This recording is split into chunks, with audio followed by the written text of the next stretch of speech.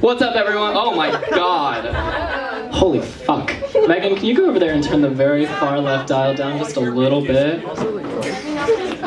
I'm kidding, this is my natural voice. How's everybody doing? Woo! Are you guys excited for our second annual fucking alumni show? Yeah! It's gonna be so much fun. We have 3 beautiful, incredibly talented alumni with us, and I'm really thrilled to have them all back. They're all hilarious. What's going on at this round table over here? Celebrating? Are you guys all coming from Friday? Of course. Of course. Yeah, you look like you're about to summon ghosts of sororities past. So you're gonna like this. You'll like it a lot. They're all very fratty. Yeah. I know what you're all thinking. Does his belt match his sweater? Yes, it does. Thank you. It doesn't match the shoes.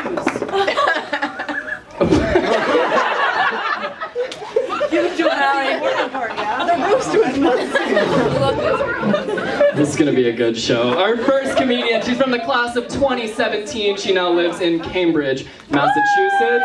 She was a Spanish and linguistics major, so now she's homeless. And no, I'm kidding. She's doing great. She'd like everyone to know that she currently has a full-time job. So give her a round of applause. Please welcome the incredibly talented Julia Cooper.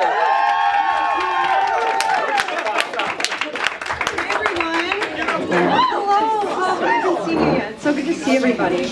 I'm feeling a little existential crisis-y. I drove up here today because I drive. I'm like an adult, and whenever I drive on the highway, I have this weird moment when I'm like, there's all these people in cars going to places, and I don't know where they're going, and what their lives are, and why they're going anywhere, and what they're listening to, and we're never going to be friends, and I'm like, how am I going to survive if I'm not friends with everyone on the planet? I need to make sure they like me. So I'm going through that a little bit, but yeah. So I do live in Boston now. Who here is a Boston?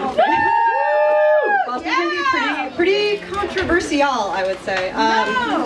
But yeah, driving in Boston's historically a shit show, and I grew up on an island where the speed limit's 40 and there's no stop signs, so driving in Boston was a big change of pace for me, but I think I'm getting the hang of it. I'm at this point now where I'm willing to risk my life if I know I'm right.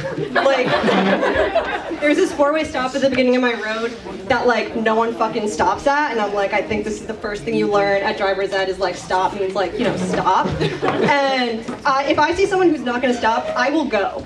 I will, if they hit me and kill me, I want them to live with the moral baggage of I blew a stop sign and killed that chick, and now you're never gonna do it again. I think that feels fair. It makes sense to me. But yeah, so I have a full-time job now, 5 years ago. Very exciting stuff. I was pretty touch and go for a while there. But the last time I made an appearance in the Colgate comedy world was I was Skyped in to help write for Dance Fest last semester. Yeah, let's hear it for Dance Fest. Yeah, congrats Kira, that was pretty sick. But Kira was introducing me via Skype and was introducing me to the class of people, and there was someone who I had definitely met before but I didn't remember, and I said, I'm so sorry, I think I met you at that Friday where I was blacked out, and Kira then followed up with, this is Julia Cooper, blacking out's her thing. And so I really had to evaluate my life choices a little bit after that, so now I work for a liquor store. I do marketing and sales for fine wine and spirits in Boston. It's really, really fun. But having a new job means I'm meeting a lot of new people. I have to really kind of think about how I'm curating my identity, because the whole I need everyone to like me thing. So it's I keep getting asked all kinds of questions. Most of my coworkers are older hipsters, from 30 to 65. And so the other day, this is actually yesterday, one of my coworkers walked in, just no lead in, just goes, so you a pinko or what's the deal? And I was are we talking, am I a communist? I couldn't tell if he was mad about it, if he wanted me on his team. I didn't know where he landed. But I really vibe with this liquor store because I get a really ambiguously queer vibe from everyone who works there, which I really relate to. I like to describe my personality as the intersection of queer lady and just frat bro. A phrase I use a lot is very that my guy.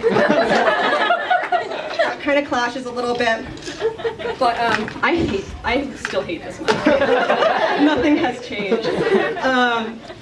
But yeah, so I'm trying to like figure out like who do I let know that I'm a communist, who do I not talk about politics with, and yeah, so like I have one older coworker, his name is John. He's like probably mid-60s. He has a partner also named John, and they are the cutest people I've ever met. And then the guy who hired me, my manager, always refers to his partner. So I was like, okay, cool, we're gonna be best friends. He's a tall gay dude, dresses well, we're gonna vibe. And it turns out it is a girlfriend, but he's just very progressive. So. But it is fun because I get to casually let everyone know. If you don't follow me on Twitter, you might not pick up on this, but I am. Oh yes, at yes please bro. Catch me tweeting fucking fire all the time. I interact like nobody's business. But yeah, so if you follow me on Twitter, you might already know this, but a lot of people like still haven't like gotten the hint. But I am bi. Like, welcome to the party, everyone. Thank you. And I was talking to a friend recently about how I like figured it out, and I was like, I kind of just assumed everyone wanted to have sex with women, and like that wasn't a unique thing for me. But what really vibed for me is there's a lot of memes about like sitting down in chairs. So I'm just gonna sit down the way it feels most natural to me, and we're gonna see if you think I'm gay. Give you any energy, just like doing it for you. But yeah, so it's I do a lot of this. I was driving here, obviously, as I mentioned earlier, adult car, the whole thing. And I had like foot on the gas, foot on, like I was like this, and I was like, this is it for me. I've done it. Another favorite of mine. I did a lot of this earlier. We had some slidey chairs that were too wide to be doing this, but I was doing it anyway. This move, this one, just a lot of just like cool, like hip art teacher, like about to run your writing program for underprivileged kids. Just fuck that right up. Let's hear it for the chair, everybody. Thank you. But yeah, so I do have a full-time job now, but before that, I was really, as I mentioned, touch and go for a while. I was working for IKEA, building furniture for people. $32 an hour though, so thank you. I was walking dogs, I was translating stuff into different languages, I was barely making rent, I was like digging into my savings, and it was pretty wild. It made my taxes a real pain in the ass, real good comedy fodder, taxes, really exciting, pointed material. Thank you. Let's hear it for the US tax code. There it is. But so, has anyone here used TurboTax before? There it is. Here we go. Whose parents don't do their taxes for them anymore is what I should ask. But so, if you've used TurboTax before, it like grills you on like if you own a farm. And like, I don't own a farm, and I just want to fill out my fucking 1099-K so I can get a Schedule C that I can submit to the state of Massachusetts to get my return. I don't know if you can relate to that. But I just need TurboTax to know they got to get it together before they want to read everything I worked for. I don't have a farm. I've never had a farm. If I wanted to have a farm, I could go out and get one because I am what? Sickening. That was for my niche drag race audience. Thank you. Thank you. Yeah, so things have been pretty messy for me. I've done stand-up once in Boston, and I was telling this story earlier. It was a bloodbath. I fucking ate shit so hard. It was in a fully lit conference room in the basement of a burger restaurant, and the only people there were a bunch of straight dudes also on the lineup, and they were mean, and I didn't like that. But, so I did something there that I'd never done before, because at Colgate we were talking about this. It's hard to do the same bits over and over again because it's all the same people, and they're going to be like, oh, I know where this is going. Fuck you, do a new joke. So I was wondering if you guys would let me try to do a bit again, and you wouldn't yell at me. Woo! Yeah. Hear an old school throwback joke? Yeah. So, okay. I think millennials have like ruined food.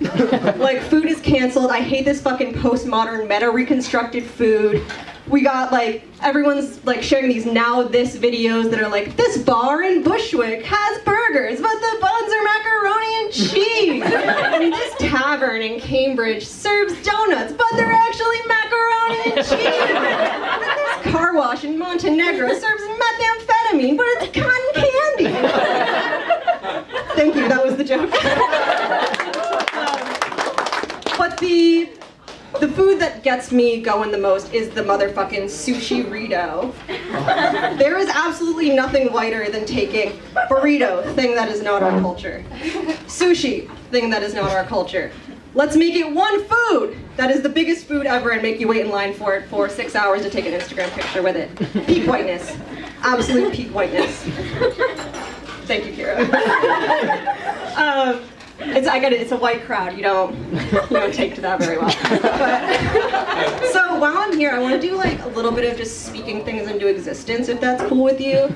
So I had a couple of New Year's resolutions. One of them is to get hot enough on Instagram to be objectively cast on The Bachelor, and the second one is to go on literally any date.